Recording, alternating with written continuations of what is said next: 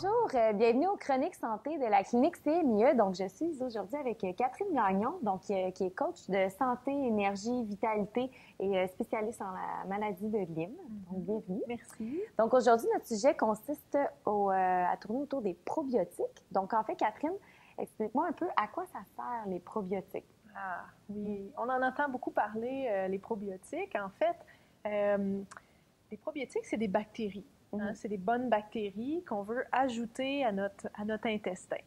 On ne fait pas toujours le lien avec le fait que dans l'intestin, il s'en passe des affaires dans l'intestin. Hein? Tout à fait. Hippocrate, le père de la médecine, avait dit « toutes les maladies originent dans l'intestin ». Donc, si on se fie à ce postulat-là, ça veut dire que toute la santé origine dans l'intestin. Et depuis la nuit des temps, la plus grande guerre que l'humain a menée, c'est la guerre contre les microbes, contre les pathogènes. Exact. Hein? Ouais. Donc, c'est ce qu'on appelle le terrain, hein, qui garde l'intégrité du corps, versus les microbes. Et aujourd'hui, dans le type de société qu'on vit, notre microbiome, on va explorer pourquoi il peut être assez déséquilibré. Il peut être assez déséquilibré. Ouais, donc, en gros, les probiotiques, c'est vraiment, on va les retrouver sous forme de suppléments, de capsules. Ouais. Des fois, il y a certains yogourts qui en ont dedans, pour venir ajouter des bonnes bactéries à la flore intestinale qui est déjà en place. Fait qu'on amène des amis dans notre jardin. Très bien expliqué. Puis, pourquoi sont-ils devenus aussi importants? On entend vraiment parler de plus en plus dans les dernières années. On entend aussi dire que notre intestin, c'est notre deuxième cerveau. Je crois que tu as ton petit mot à dire là-dessus aussi, donc je t'écoute. Oui, l'intestin, il s'en passe des choses. On entend parler que c'est le deuxième cerveau. En fait, c'est le premier cerveau. Ouais. Parce que quand on est un fœtus, la première structure à se former, c'est l'entéron, qui est l'intestin lui-même. Donc, les plus vieilles mémoires cellulaires qu'on a sont logées dans l'intestin. Et c'est un système nerveux, l'intestin, qui contient autant de nerfs que le cerveau d'un chien. Un chien, c'est intelligent, hein? Exact. Quand il dit « va chercher mes pantoufles », il va comprendre. Il va comprendre. Donc, il y a vraiment une intelligence là-dedans qui s'est installée. Aussi, au niveau de l'intestin, ce qu'on sait, c'est qu'il y a à peu près 90% d'un neurotransmetteur qui s'appelle la sérotonine. Neurotransmetteur, c'est des petites molécules là, que les nerfs utilisent pour se parler ensemble. C'est comme le cornet de téléphone. Et cette sérotonine-là, elle voyage à travers, pas juste le sang, mais le nerf vague, un nerf qui passe à travers le cœur pour se rendre au cerveau. La sérotonine, c'est le neurotransmetteur du bonheur, du bien-être, de la plénitude, la zénitude. Exact. Donc, on a tout intérêt à bien entretenir notre intestin. Puis, pourquoi est-ce qu'on en parle de plus en plus? C'est qu'on vit dans un environnement qui magane cet organe. Perturbateur pour notre flore intestinale. Absolument. On a une hyper-exposition aux produits chimiques, aux herbicides, aux pesticides, aux organismes génétiquement modifiés.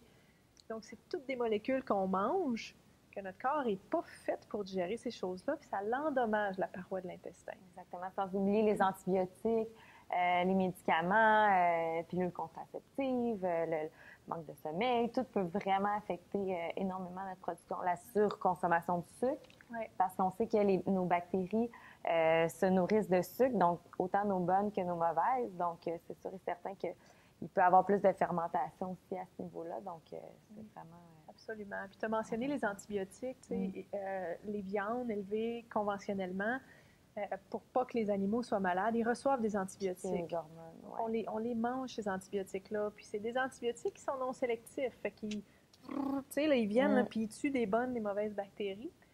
Et il y a une surutilisation dans les dernières décennies des antibiotiques. Et c'est pour ça qu'on voit autant de résistance aux antibiotiques par les pathogènes. Ce qu'on sait, c'est que quand on prend, mettons qu'on a une sinusite puis qu'on prend 10 jours d'antibiotiques, ça peut prendre jusqu'à 2 ans avant que la flore intestinale redevienne normale. Et ça, si elle redevient normale. Puis souvent, les gens vont prendre plus que 10 jours d'antibiotiques dans leur année. Hein. Des fois, c'est un après l'autre.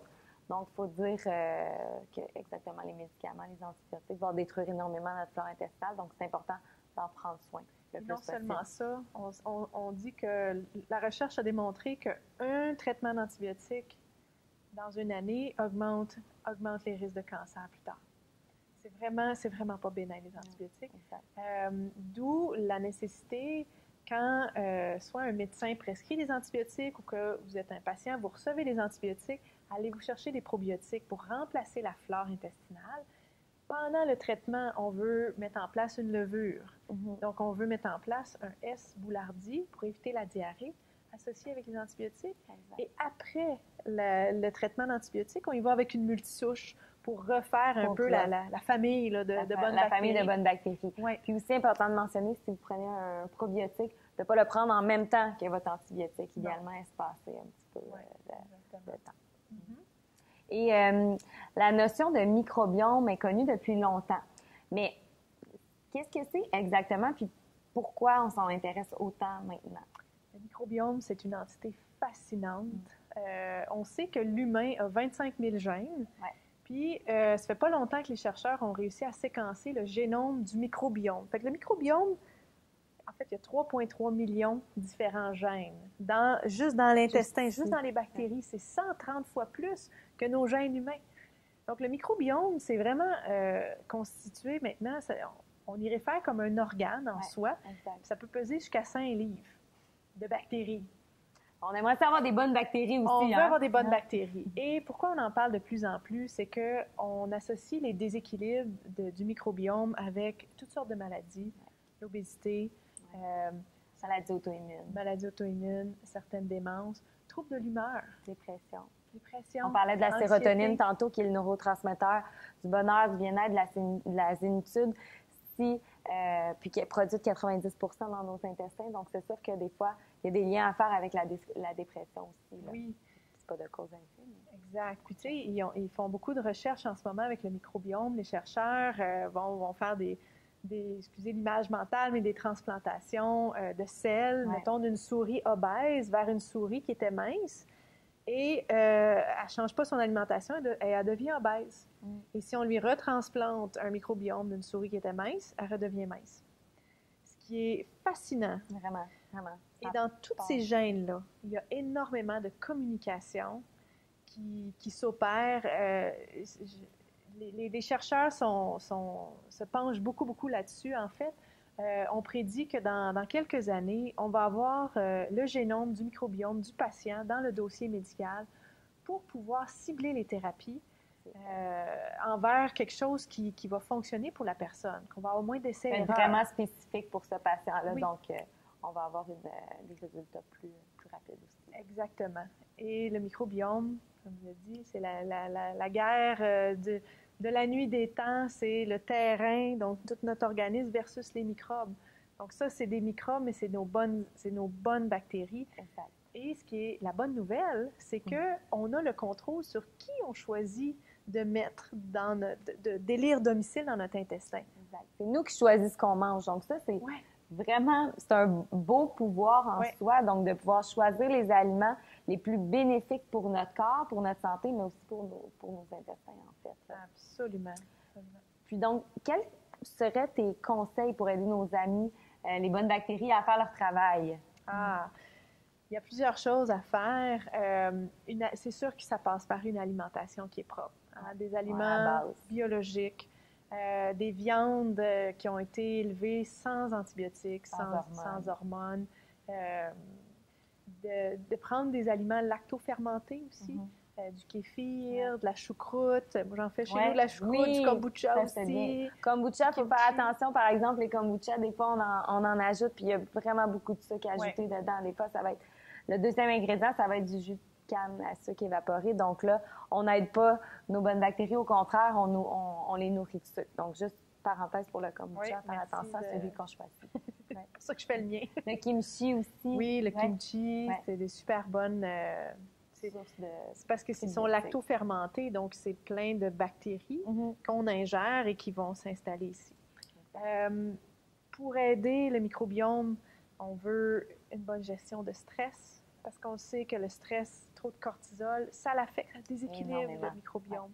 Tout à fait. Bien dormir, un bon sommeil, bouger.